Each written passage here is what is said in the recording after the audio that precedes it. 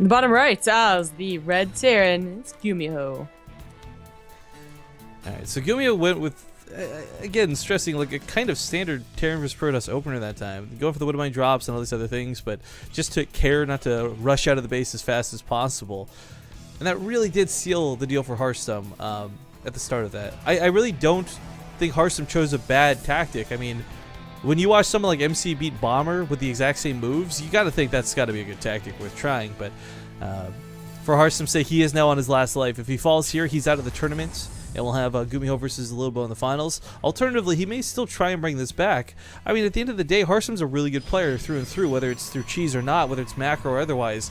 It's not like he's going to go down without a fight. It was pretty much like a build order cross. Like, not a hard counter necessarily, because it's always possible the Widowmine isn't there. Doesn't get the Oracle kill. But it was an unlucky situation for him. And the question is Gumiho going to do the same thing again? As before, it seems to be his comfort zone, going back to the Widowmine drop, either one base or two base. Well, I think this might be the one map we, if at all, we see like a proper mech build out of one. Because let's not forget, you can actually abuse the tanks nicely on this map too, several different positions in several different locations. Although, just to recap the bets real quick, guys, Partouf's bet on Harstem worth 7,117, and the bets on Gumiho were just shy of 26,000, so should be pretty good payouts either way. Well, the guys are still on gas, and Harstem is going to see this, so at the very least he's going to know, factory's going to come down, and actually saw it, so there you go. Bekonomi's still sitting on one gas himself. Not rushing out for that fastest possible Stargate or Twilight Council. I am, just going back on this, like, I don't know if Gumiho would go for mech or even just tanks again. I would definitely love to see it because it's a different way to play, and it's always cool seeing anything but what we see 1,000 times over regurgitated in StarCraft 2. But I don't know. At the same time, you're so close to just locking the series down. Do you play safe and standard, or do you just try something a little bit weird? Yeah. I'm really interested to see if Gumiho's going to go for the Hellions, like Overgrowth, or just the plain old Widowmine drop. Two different ways to deal with that. I feel like the Hellions make it, as you said, as you keep saying, whenever it happens, like Pro's just like, oh, Hellions, I don't know. There's only like a small handful of Protoss players we've seen firsthand that like they do the clutch thing where you build a pylon, or you've already got the SimCity set up ahead of time. Every other Protoss is like, wait, I thought you only use these versus Zerg. What's going on? Yeah, exactly. So it is a Widowmine drop, though, and this will be a little more straightforward. That's probably what Harstem was thinking was going to be the case anyways. And, as such, he'll, look at the time and be like, okay, it's around like 6-7 minutes. I should expect this Widowmine drop now. And hopefully I have a Robo and an Observer almost ready, or actually ready to go. Well, due to the order of operations here, the starport's not down at the fastest, sickest timing possible, and it's not going to be a Widowmine that hits before anything's available and ready, but for Harstem's sake, I was just okay, it'd be weird to see him go for the Twilight Council, because you're kind of expecting this to happen. If someone does Widowmine drops once, you're kind of like chancing a game too, but if they do it twice in a row, or if they got Widowmines out early twice in a row, you're going to want that Robo earlier. And this isn't, of course, for the Immortal or anything like that. You want the Observer out. You need detection. It's the number one bane of Protoss in the early game. Getting detection down is a pain. Yeah. And otherwise, you just pull the probes for a little while. Maybe you kill the Widowmine when it actually drops. It's not the end all be all if you don't have an Observer in place automatically, but it's much easier.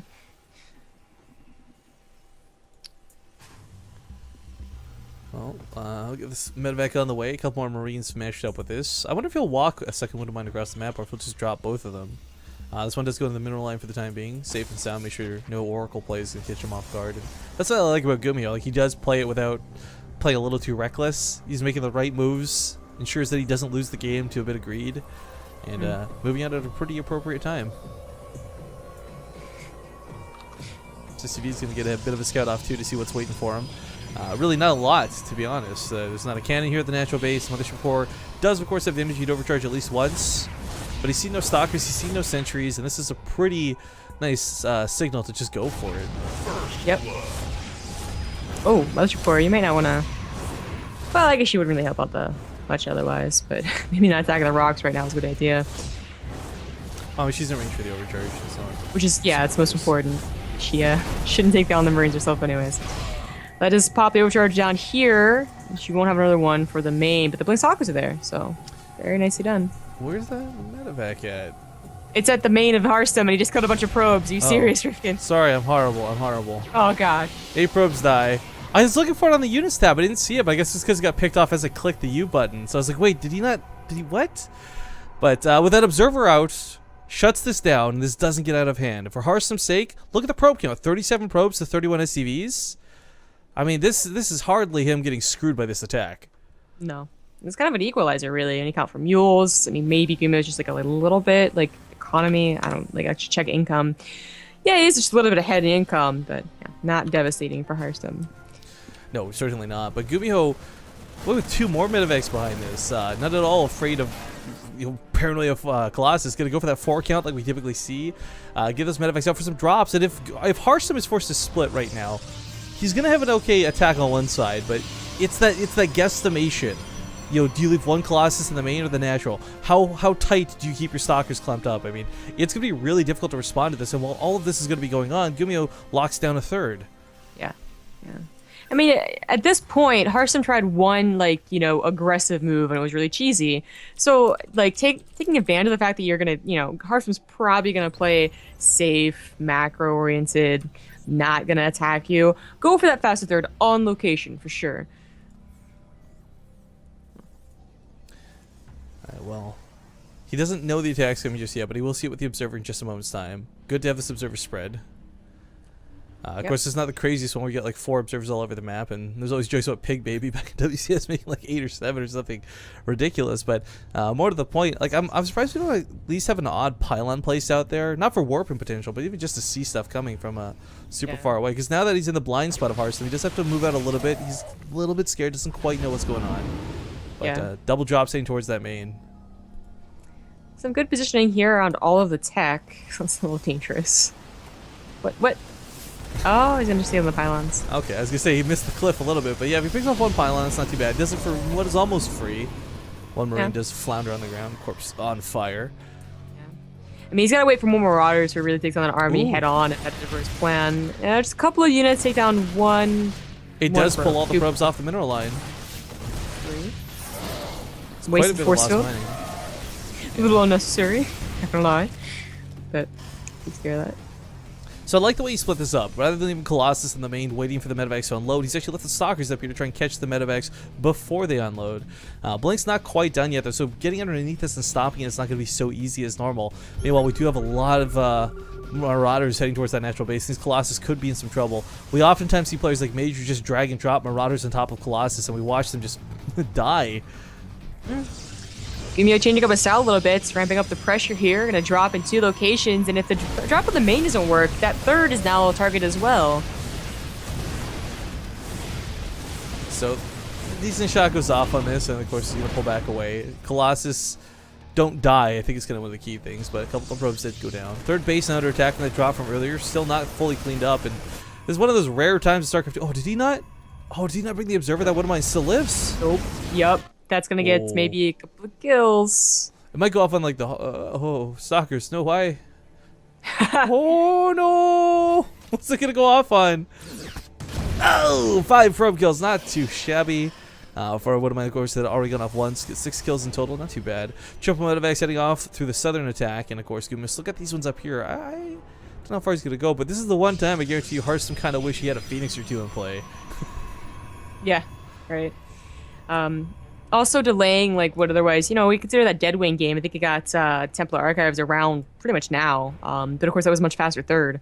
Actually, as I say it, he throws on Templar Archive. Okay, whatever. But the High Templar is going to be useful in defending these drops as well. I'm a little surprised he actually brought these medevacs all the way back home. I thought he was just going to go back to the 3rd when he attacks the main, split the forces. But, okay, now he starts setting to the front lines.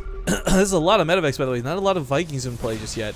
So this does get a little bit scary, where if Harstem thwarts this, he's got a really good follow-up to the point that Gumiho's not getting anything to stop those Colossus. Triple medevacs up here in the north. Big attack coming here from the just front side. You missed the observer. Big drop coming, though. Colossus are going to be able to respond, but not before a couple of probes die. Cannon going to buy a little bit of time. And we, of course, see if those drops in the main decide to come down at the same time. Stalkers in the main, of course, are routed over here. Shot goes off on the Mothership core. It doesn't quite die, but the Colossus annihilate the army count, but now dropping towards the main. Feedbacks go down, and Harstem is going to pick off that medevac. Only a single Marine gets out. Again, a great defense. Loses probes, but he kills so much of Gumiho's army. How many medevacs just died there as well? I mean, this is a situation where you usually can't replenish them. You have to swap to Viking tech at this point. Yeah, in total, not sure, but that was not the best drop I've ever seen. In fact, it was absolutely terrible. But Gumiho takes, or he still has, a little bit of an army lead, definitely an SCV lead right now. I guess Starcon's stuck. Yeah. That's a bit unfortunate, but I can't. Yeah, as cool as the defense was here, you know, Gumiho got squished in and that sucked. Whatever. That feedback, the fact that he was able to do that while focusing at the natural at the same time, that was really sick moves out of Harstem. Yeah, yeah. But having those eyes, like the Fusane Phoenix had eyes on that, so that was really, really cool, really important to see. Gumiho does stop in his Viking production for just a little while and gets 4 medevacs. Ghost Academy again. We'll see if actual ghosts come out this time. Right? I mean, I'm not saying that to be like condescending. It's a serious question because Harstem's already revealed Templar attacks there. You know, those feedbacks went down on the medevacs. He knows storms potentially out at any second now. Yep. Does get the observer this time. Yeah, the observer who lived no longer anymore. There's hallucinating Phoenix over here. Possibly could just swing back over the army. Keep an eye on what's going on. Upgrades looking okay. You know, it's 2 versus 1-1 with both now doing double upgrades. As we get later into the game, well, actually, we got 3 ghosts coming out. Whoa, hold the phones. But as we get later into this game, I mean, this is kind of Harstem's comfort zone. The late game, the macro game. I mean, we saw him play 45-minute long games versus Kaas not too long ago. So it's not a situation where I think he's in trouble as this goes on. But his upgrades keeping up as well, going to the +3 weapons or armor rather, mixed with these storms. Those zealots are gonna be so hard to kill. Yeah, yeah. Gumiho does start those upgrades. Got the engineer base just a little bit earlier. I don't know really what Gumiho is trying to do with this position, but it's different. it's you know, I guess the Colossus really can't take on that army. Yeah, it's one of those weird things. Like Harstem's got the tools to take like a fight if it was just like, you know, open terrain, no cliffs, anything, you know, A move into A move, but he doesn't, and that's not how it's gonna go. And Gumiho's trying to like pick off, you know, assimilators for free, pylons for free. Just use the cliff to his advantage while he bulks up and gets his max up as well. His upgrades, I think he knows his upgrades are really far behind at this point too. Like the possibility of even trying to take on zealots without +2 weapons at this point really unlikely. I mean, he's really. I would say that he's looking to catch this Colossus, but they're not able to walk down that ramp. So. No, and if the Vikings dive in, that's where they see the storms come into effect. So it is a really awkward stalemate over here on the left side where Gumiho's putting a lot of pressure on for just an assimilator. Yeah, but he's buying so much time. I mean, this is all Harstem having to defend his entire army, and he gets a 4th, he gets those upgrades. Actually, he's getting one of those perfect Terran armies that is like a lot of ghosts and a lot of Vikings. This is where it does get a little bit scary, though, because Harstem only really has to deal with one of the 2 things. If you kill all the Vikings, obviously the Colossus can be a little bit stronger. If you kill all the ghosts, then, okay, you got storms available to you. But I think one of the key things is that neither of those units, ghosts or Vikings, are really good as a follow-up unit. It's still, like, the Marauders and Marines are still going to be the core of the army for Gumiho. And if he loses too much on the in-between while he's dancing between the storms and the Colossus, it's not going to really matter what's left over as far as tech units, because Harstem's going to walk all over him. So this Marine Marauder portion of the army, well, it might not seem so significant because a lot of the emphasis is going to be on picking off the Vikings versus the Colossus or the Ghost versus the Templar. That's probably the most important thing for Gumiho, that he keeps enough of this alive to actually kill afterwards. 4th base for Harstem is going to prove to be a really nice focal point for engagements. We do, of course, have some Zealots going through the backside to look for some counterattack damage, but also defense against the Marauders on the left side of the map, too. Well, 2-2 finishes up for Gumiho, and he has that Sensor Tower now, which you don't usually see here, but it's pretty good. Yeah, provides a lot of coverage, but he's also sneaking around the right side of the map. He's tearing down some of these rocks. I don't know if he's just chasing down the Zealot or what, but I thought he was setting up for like a really, really long counterattack. Would have been cool to see for certain. Are you okay over there, by the way? Oh, I'm dying. I know that feeling, so I just thought I'd check. But Ghost to the front lines, I mean, they don't have to EMP Templar. You EMP Stalkers, you EMP Zealots, you remove the shields from this Colossus. All of a sudden, the Vikings only need 2 shots instead of 3. I mean, this is going to be really hard pressed with so many Ghosts in play for Harstem to just move into a fight. Move into a concave. I mean, it's borderline suicidal. Yeah. Big counterattack, though, at the 3rd. mean, that's why I usually see the Sedge Tower not at the 4th. You know, it's cool because it sees the army, and the army is the biggest deal, but you also want to see these counterattacks towards your main and 3rd. He just rips that bunker apart like nothing at all. And with those +3 armor upgrades, as we see, Marauder's just not the best at dealing with Zealots. I mean, they'll kill them eventually, but look at this. They've taken so many shots in the face. Yeah. I mean, this is well worth it. It's actually warping in from across the map, too, but a long con working out for Harstem. Gumiho tries to go around the army, but this could be, you know, I mean, it seems like a good idea, but it could be really bad. He could be forced into a position where he couldn't micro back. Yeah, I'm digging all the, oh, there's Cloak on the Ghost. Steers the Observers, though, so he'll see these. Storm's going down on top of the Vikings as well, but, oh, very expensive trades for both players. Meanwhile, those cannons didn't quite stop the army, so he's going to stim in and try and pick off the Nexus. Colossus can't quite get an engagement point because there's so many Vikings to be chasing. Not a lot of Stalkers or Storms left to pick them off. Oh, Gumiho might just have this. I mean, all the ghosts are still alive. Usually they die in a suicide attempt to kill the High Templars, but they shoot out very nicely.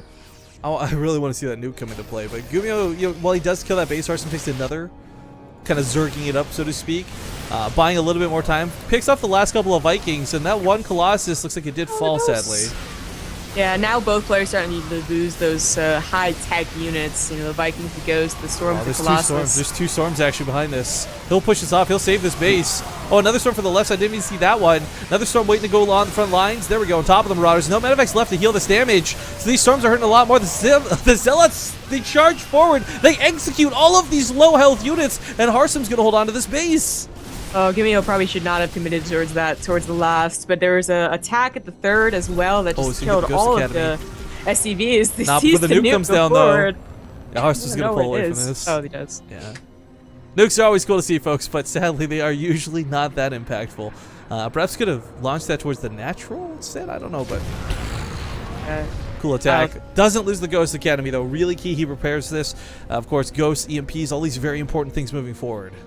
Yeah, I mean, Workers Code actually pretty even, but of course with both players on so many bases, replenishing workers is not that big of a deal.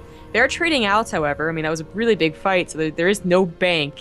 And Gumiho, you know, if Harstem had tried to counterattack immediately, that nuke could have been the difference of surviving or not, but not necessary. I mean, the nuke's always cool to see, but you rarely see it actually get used for damage. I think, like, was it Journey versus Grubby's the last time I ever saw a nuke actually do damage? Basically, they're like the Terran force builds towards the end of the game. Yeah, big engagement areas you don't want to walk into, big ways to zone out methods of attack. But Medivac heading towards the main. Harstem is rushing to try and defend this. Gotta stop these Marines in the middle lines. They're losing a lot of probes for this. We got 3 Medivacs coming over here to the right side too. Harstem perhaps may have been split a little too much. Dark Templar starting to warp in though. Dark Templar might just be saving him, but he's going to lose so many probes before any of this gets fully cleaned up. And Harstem is just struggling to get anywhere. There's so many things happening. His army doesn't know where to go. The DTs are going to in the main, so he tries to go to the 4th. That's already dead. There are DT and Zealots in the natural for Gumiho though, and it looks like they were cleaned up, but not for killing 16 more SCVs. This has just been a struggle all over the place. The Dark Shrine does get picked off. Harstem loses the space over here to the right. His main base isn't really mining anymore, but he's lost so many probes through this. At the same time, for Gumiho, though, down to 34 workers himself isn't that impressive. But he's got the power of mules, and that's going to bring him back into this a lot better than it will for Harstem. Yeah, and 5 command centers. When he wants to replenish SCVs, he definitely can. Scans going off, picking up the last couple Dark Templar by the looks of it. Lifts that orbital, make sure it doesn't die. Harstem, of course, not really producing more probes. I can't say it's a terrible choice, because at this point in the game, you want to have bigger army supply, but he doesn't have a bank. He doesn't have income. No bank, and you're not even maxed out, so, like, losing probes is just flat out bad right now. There we go. Now you're going to start reproducing them. It's got a lot of chronos, so he can start making up the damage, I suppose. But now it's a low-income situation for both players, and I think in these sort of scenarios, this is when your tech units start coming in to be a little more important, where you're trading out energy for army supply, landing a storm, or an EMP, or hell, even snipes. But neither player really with any I guess Harstem's the only one who's really got anything over with these storms. Yeah.